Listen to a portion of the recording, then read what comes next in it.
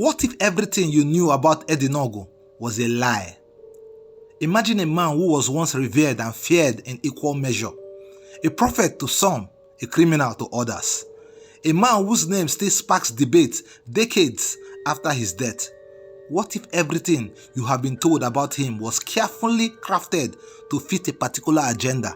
What if Eddy Nawgu was not the villain you thought he was? This is not just another story of a self-proclaimed prophet. This is a story of power, influence, and the fine line between truth and manufactured lies. As we dig deeper, you may find yourself questioning everything you thought you knew about the man called Eddy Nawgu. Hey guys, if you are new here and you love movie stories and also love to uncover dark truths, please encourage us by hitting the subscription button, like, share this video, but most importantly on your notification button so you'll be the first to get notified when next we publish a video. Alright, let's dive right in. Edward Onyebuchi Okeke, popularly known as Prophet Eddy Nawgu, was a self-proclaimed prophet and spiritualist from Nwagwu community in Anioma local government area of Anambra State, Nigeria. He founded the Anioma Healing Center, a place where people sought miracles, protection, and guidance. He was unconventional, far from a traditional priest. He called himself a prophet who believed in Christ, yet his methods were different from what people were accustomed to. Eddy claimed to possess spiritual abilities, including the power to predict the future, heal the sick, and even make people disappear. His prophecies and spiritual services made him very popular, especially among those seeking protection from enemies and bad luck. Over time, he built a large congregation, drawing both admiration and suspicion. A man of influence and boundless generosity, he gave to the poor and to the needy. He donated alms regularly and even built a big church for the Anglican Diocese Commission. His worship center attracted the high and mighty. As his congregation grew, so did his influence. Politicians sought him out because it was said that he had visions and could predict election outcomes. Some even believed he could make them win. But with great influence came powerful enemies, and that was the beginning of his troubles. As Eddy's power grew, so did the whispers about him. Rumors spread like wildfire, claiming of ritual activities, kidnapping, and other dark dealings. What truly shook the people of Onitsha were the shocking allegations. They said 16 babies had mysteriously disappeared from a maternity ward in Anambra, supposedly orchestrated by Eddy. It was said that Eddy killed these 16 children and drank their blood for ritual purposes. Then came the even more outrageous claim that he had sacrificed 93 men for rituals. Yet, how was it possible? How could 16 newborns vanish without a single maternity ward reporting such an incident? Not one parent came forward to confirm the story. And how could one man kill 93 full-grown men without even being questioned by the police?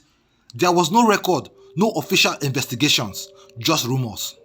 Sadly, this accusation came at a time when there was no social media, no platform for the accused to defend himself or release a statement.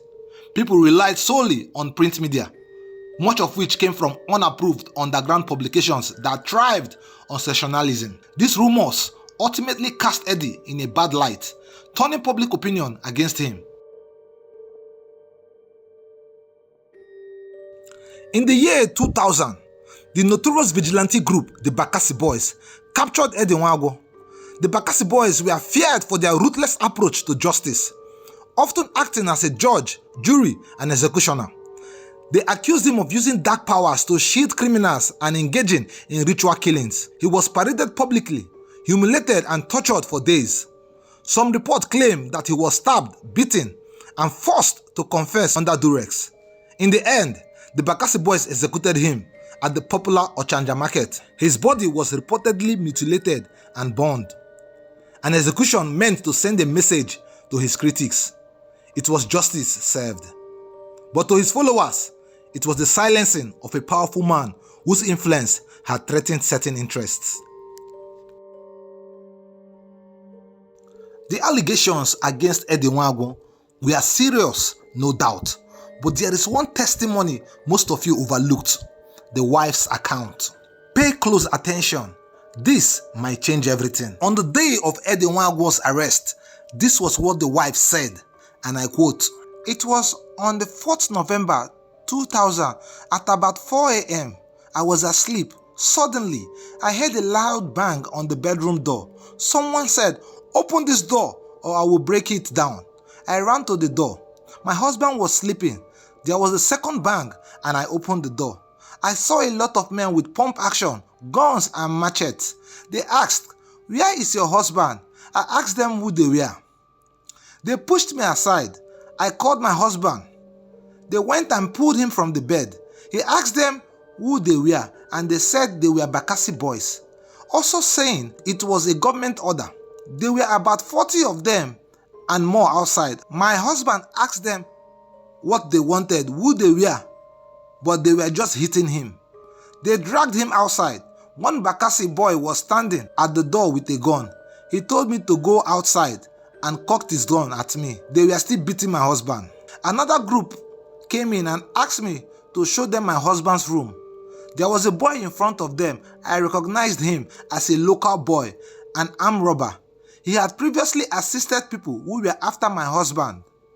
They turned the whole room upside down. The boy was doing it while others were watching. They asked me, "Where is my husband's gun?" "Which guns?" I replied. One of them raised his machete and said, "I will cut your head if you don't give us those guns." They found nothing. He said, "Turn your back and I will cut your head." He charged towards me with his machete, raised it, then put it down. They told me they would take me with my husband and that he will be finished if they don't find what they wanted. I went with them and asked the girl to close the door. One of the Bakassi asked me if I wanted to show them something. I said no, there were only children in there. The children were scared, so we had locked the door. The Bakassi wanted to shoot. I said, "There are children in there." He asked, "Which children?" "The ones you sell." I asked the children to open. The Bakassi just looked in and left them.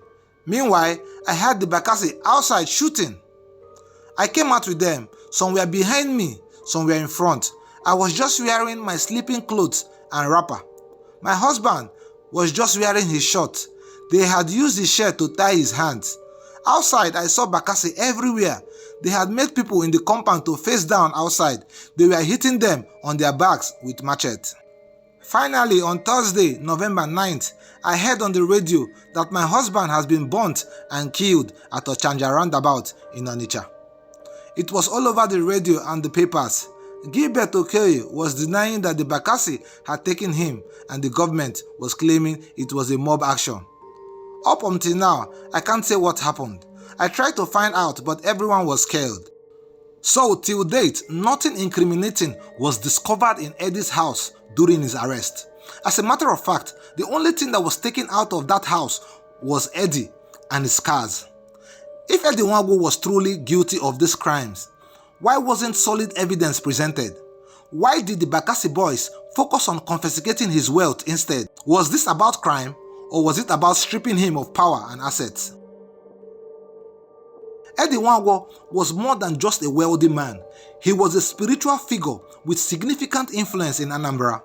Reports suggest that he was not in favor with the then governor and was even suspected of aligning with the opposition. This didn't sit well with the government at that time. In fact, the governor himself admitted that Eddy never paid homage to him since taking office. Yet, when Eddy was arrested, the same governor claimed he didn't even know who Eddy was. What does this contradiction mean? If the governor acknowledged Eddy's refusal to recognize his authority, why then claim ignorance of who he was? Was this a political hit disguised as a crime-fighting mission?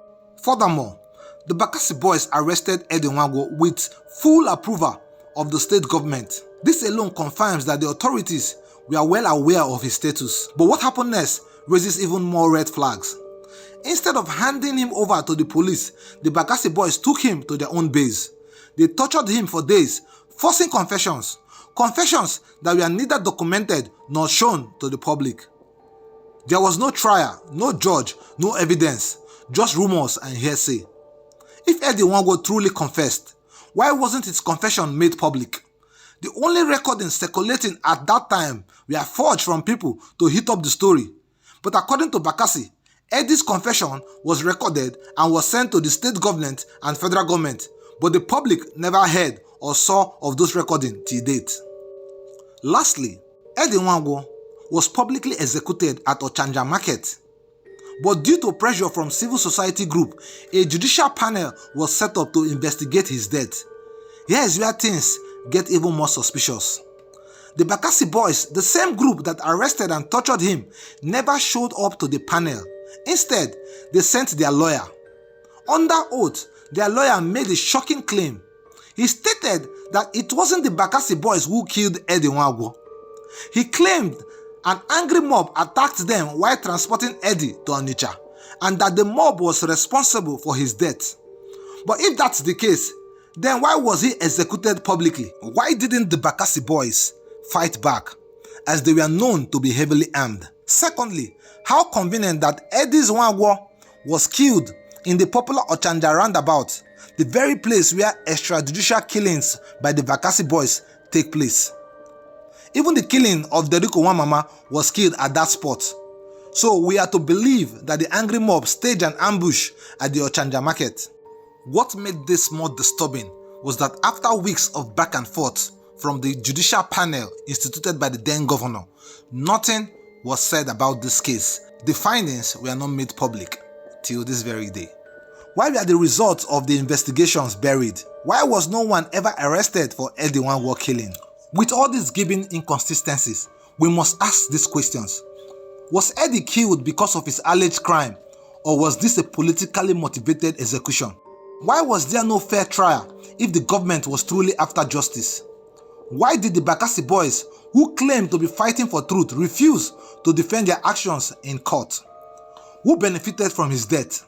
Justice delayed, justice denied. To this day, the truth about Eddy Nawgu's death remains hidden. No arrests, no accountability, just a case buried under secrecy.